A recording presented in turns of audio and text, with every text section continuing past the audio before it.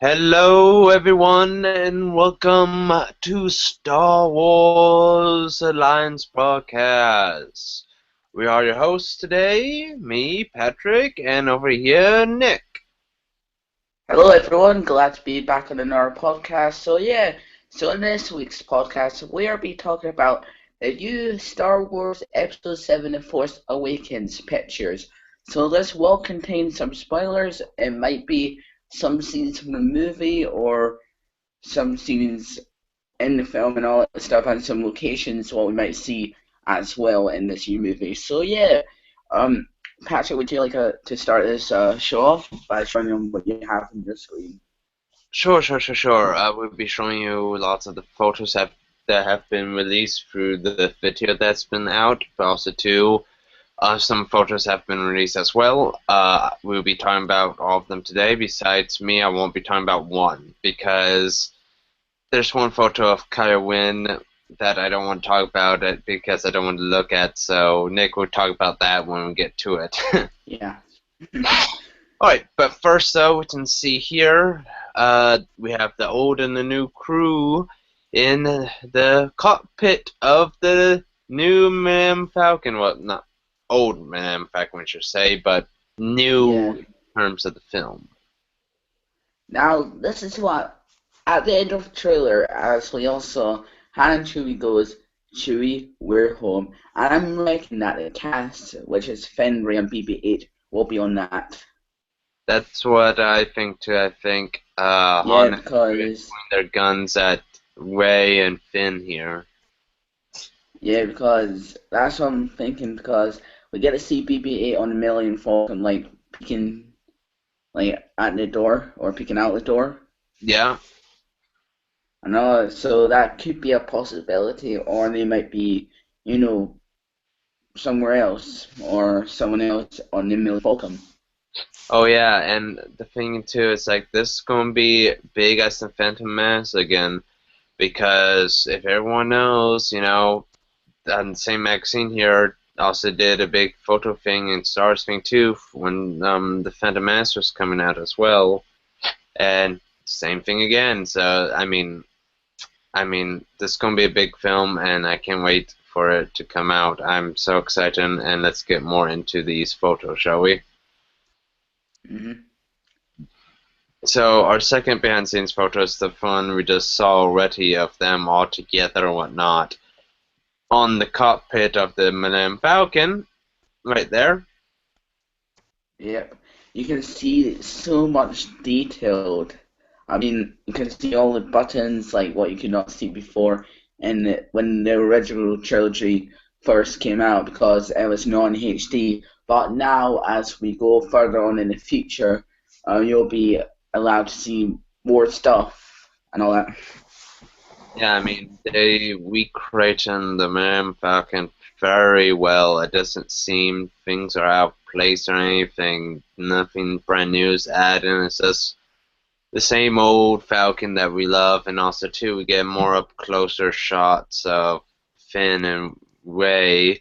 Yeah, Uh, and BB-8. And this is the one thing what I love about BB-8. It's not like a person inside it, it's CGI, which is really, see, really. whoa, what? It's a real Oh, prop. sorry,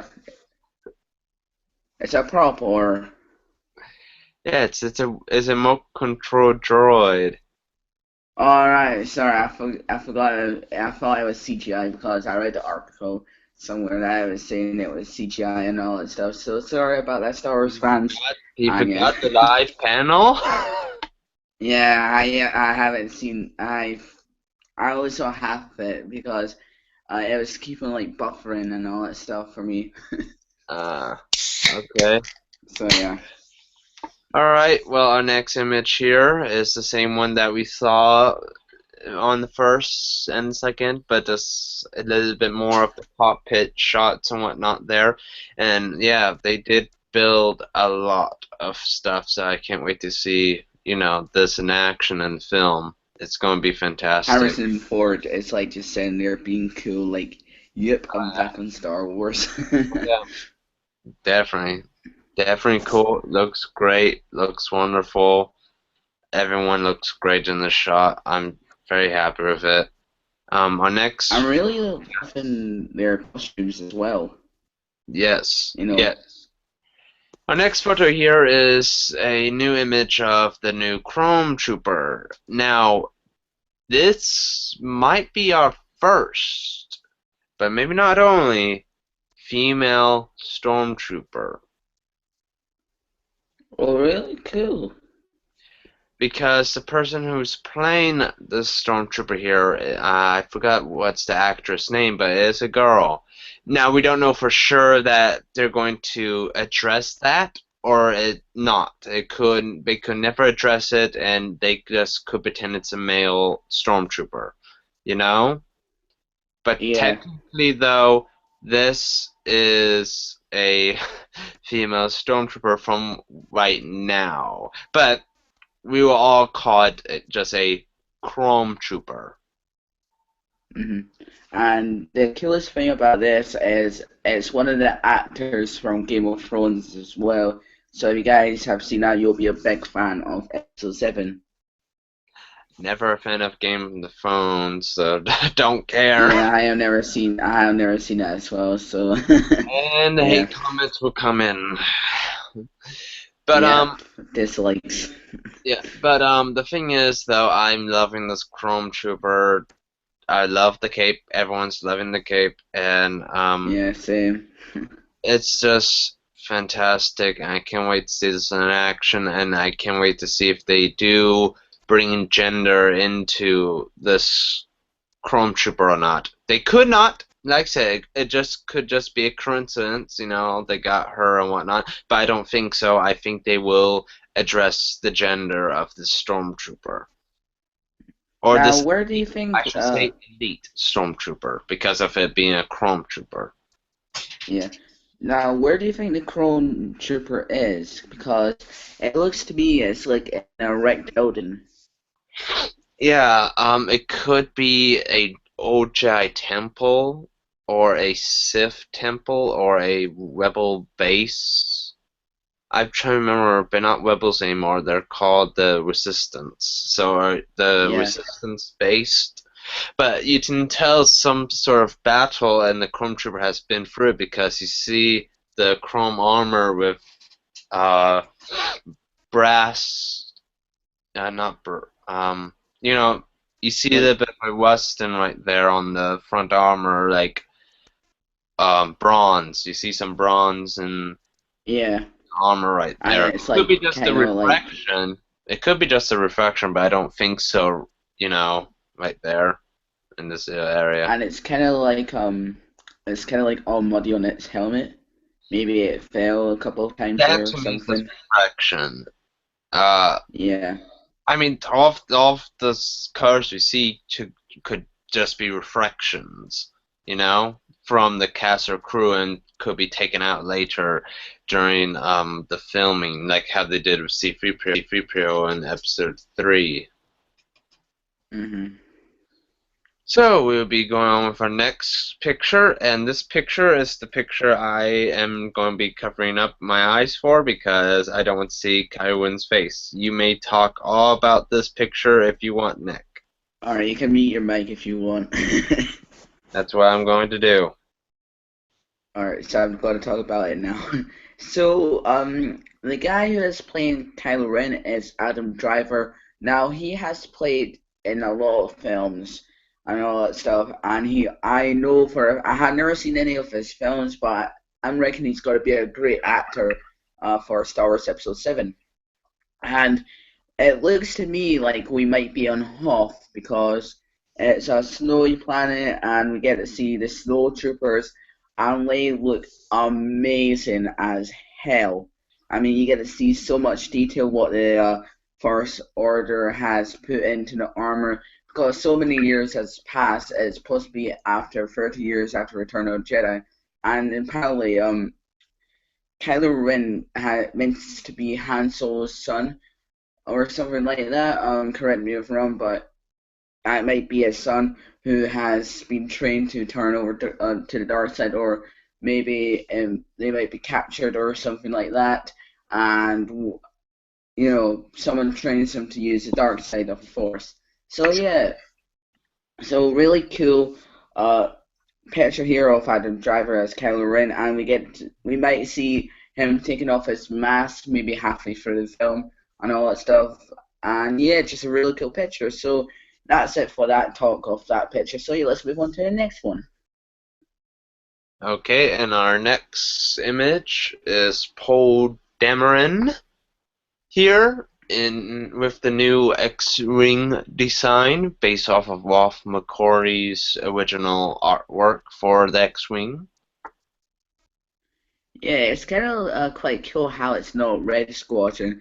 So this is probably Blue Squadron as we saw in the Star Wars Rebels trailer, because it has the same color as the spaceships, Yeah, and and it looks to continue.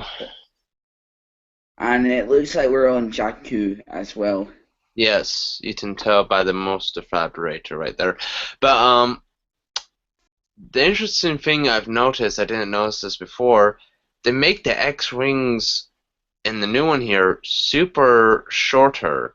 What I mean by that is, if you note, I didn't even notice this until when watching the films again. Luke has to get this big giant freaking ladder just to get up to his cockpit.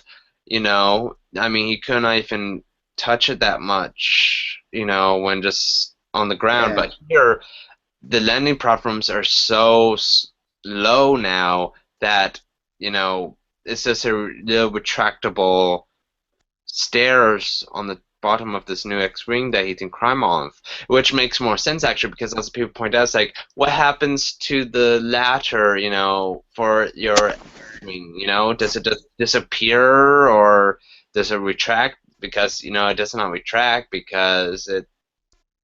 So yeah, it's a little tiny design flaw that they made back then, but it looks like they're addressing it here by having the yeah, landing platforms being a lot smaller, and also too with the latter being inside the X-ring finally, and not just hanging off on the side here, as Poe Dameron is right now, with a real good looking First Resistance fighter pilot. yeah. Now I was wondering, what do you think of those things like on his leg? Do you know how he has straps and he has something on his leg? That's fine because Luke had them as well, and lots of the other pilots too in the original trilogy. What do you reckon it's for, or what do you think it Uh, could be? I know Star fans are going to hate me for not remembering, but there is a book out there that tells you what it is for. I have the book too. I just have to go through my archives and we pick it back up because they are meant for something, but I just don't remember. It's either their food. I want to say they're food pockets or tools or I think communicators or something. It has to do something though for the ship or for the pilot. I know that for sure. I just need to, look Can't up. remember it. Yeah, I need to look up for the book again and see because I totally forgot. So Okay, so let's move on to our mhm. next one. Our next image is lots of the new alien creatures we're going to see. And this looks like, and see now we're piecing all the stuff together. You remember the Clone Trooper, right? Yeah. You remember you telling me about what planet they might be on? It could be on this one here because I'm seeing lots of stone and whatnot, and you know, that place Oh had. yeah, yeah. But this could be Jakku too, which is probably more likely. And we got some interesting creatures here, We got a girl looking weird freak show C3PO type of thing right there. We get some weird 90s bondage chick right here. Loving this right there. Weird alien creature. this is great. This lots of these are great and do fit into Star Wars somewhat. Besides this one, I And can if you Star Wars. and if you think about it, do you know at the really top there? Do you know the tall guy? Which one? Do you know the one behind the droid or close Yeah, to the droid? And yeah. that looks like one of like a Jedi from Episode 2. I forgot what Jedi it was. Okay. I know which. You're. Yeah, because it's same species as. I know. I don't think it's the same species. It's not same species. That's a new species. But oh, I want to remember because that's the one that does not talk and talks inside of its mouth. And oh, frick. I don't remember that. I have to relook the name of the species up again. But I know what you're talking about. Yeah, yeah. The last alien creatures here are looking wonderful. I just wish this was Tatooine that we're on. It just feels like it's a cheap shot saying, "Oh no, it's Jakku. It's this new print that looks exactly the same as the well-known Tatooine. Let's get the whole fucking audience confused on the planets," which is pissing me off. But Yeah. it's still fine. It's still fine. I'm okay with the. I mean, the thing is though, I just don't want them to like, oh hey, here's all of the prints that you know and remember, but they're different and they're not the same ones, and we sign them a bit, because we want new planets. That's the one thing that we love from the prequel films is that we got to see lots of new planets and also two old ones as well. Yeah. So I'm really hoping that Jakku is a lot different from Tatooine a bit, a darker or different version from Tatooine a bit, I'm hoping that the snow planet that we see for the First Order is different than from Hoth, for example, Off. Yeah. you know? I'm just Mhm. hoping we're not retreading too much. That's the only thing I'm a little bit worried about this film, that they might retread a bit.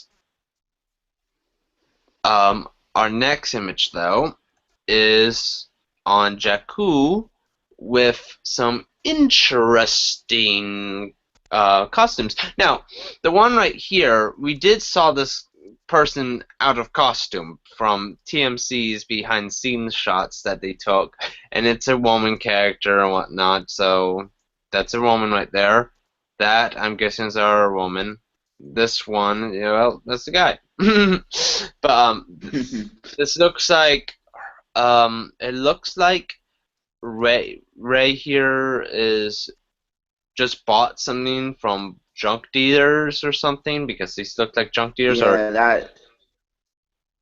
Yeah, that's what I'm thinking as well because we get to see like a market and there's no other market, so maybe that's like one of the black markets, like on that planet.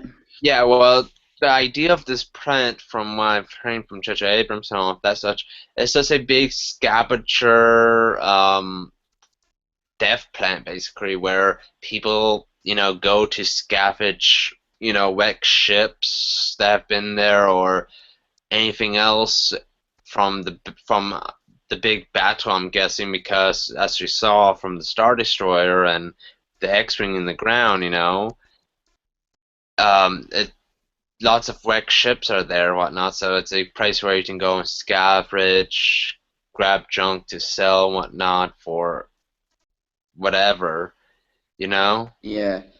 And another thing too is where a lot more ships goes like downs. Like I read this article somewhere that 30 years after the Battle of Endor when the galactic well yeah the rebels got their victory and then they scouted the outer rim for other planets to control like and it led them to Jakku and some of the spaceships went down to the planet and basically it's just like a scrapyard for Yeah.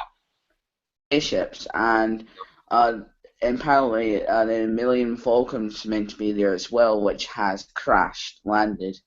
Yeah, that's gonna be interesting seeing that. The one thing I do hope they do address, it's not for big Star Wars fans like us because, well, we don't need it, but it's for the average fan, or it's for the average person who has seen Star Wars and knows it a bit. I'm hoping they do address the difference between this from being Tatooine and Jakku. Like somebody says, "Oh no, this is not Tatooine. This is Jakku." I hope somebody actually says that, or at least says something close or similar to that, because I do feel like, I'm sorry if I'm going back to this, but I just have to.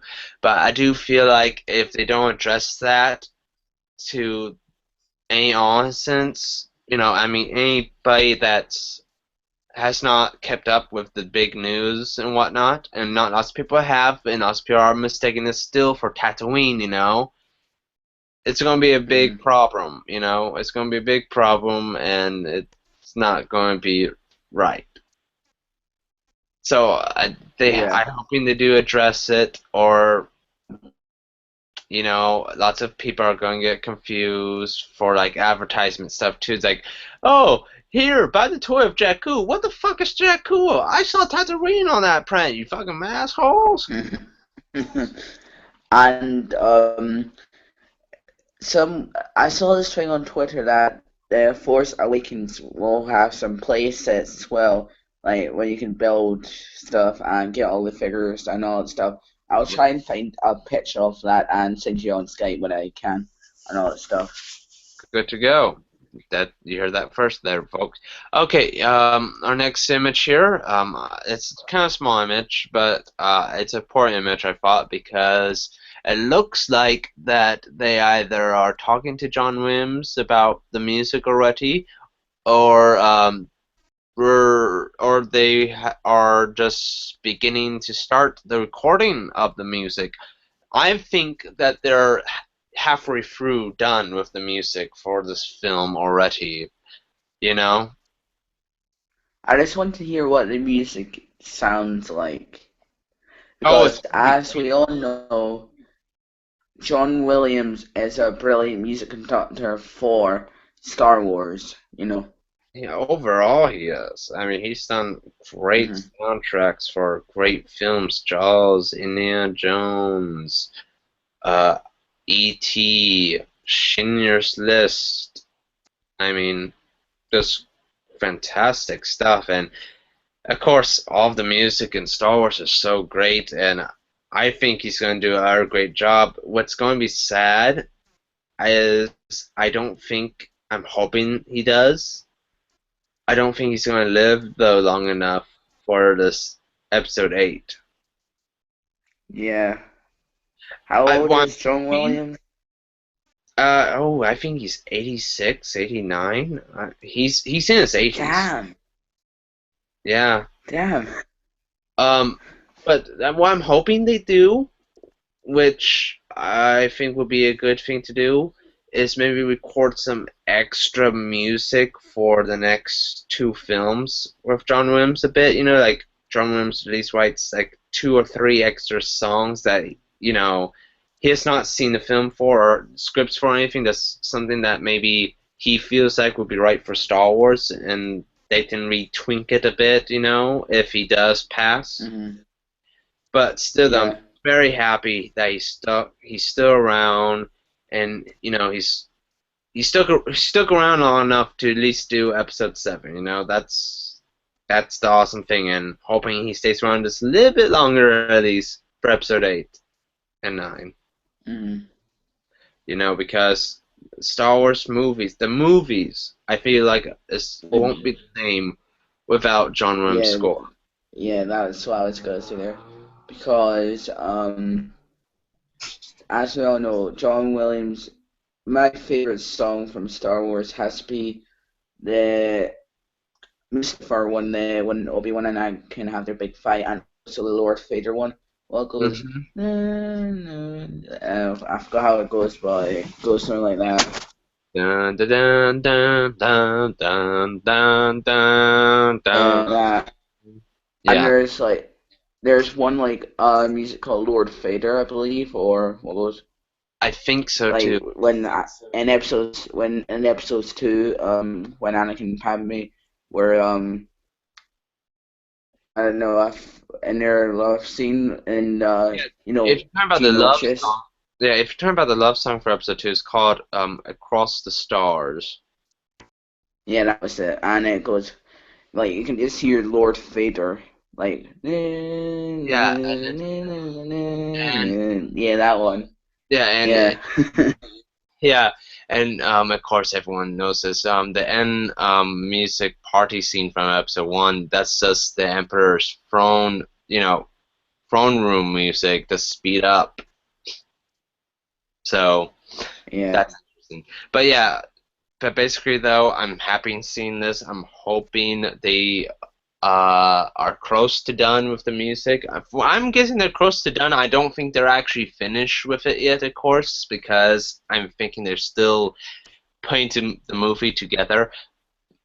But I don't remember if John Williams did the music for Star Wars like without all the special effects being done, or with them at least being like 80 or 90% done.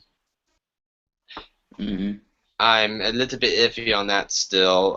From what I've seen and heard, for the original Star Wars, or from any Star Wars film, I think, uh, he at least does the music for at least the 90% or 95% of the film being done.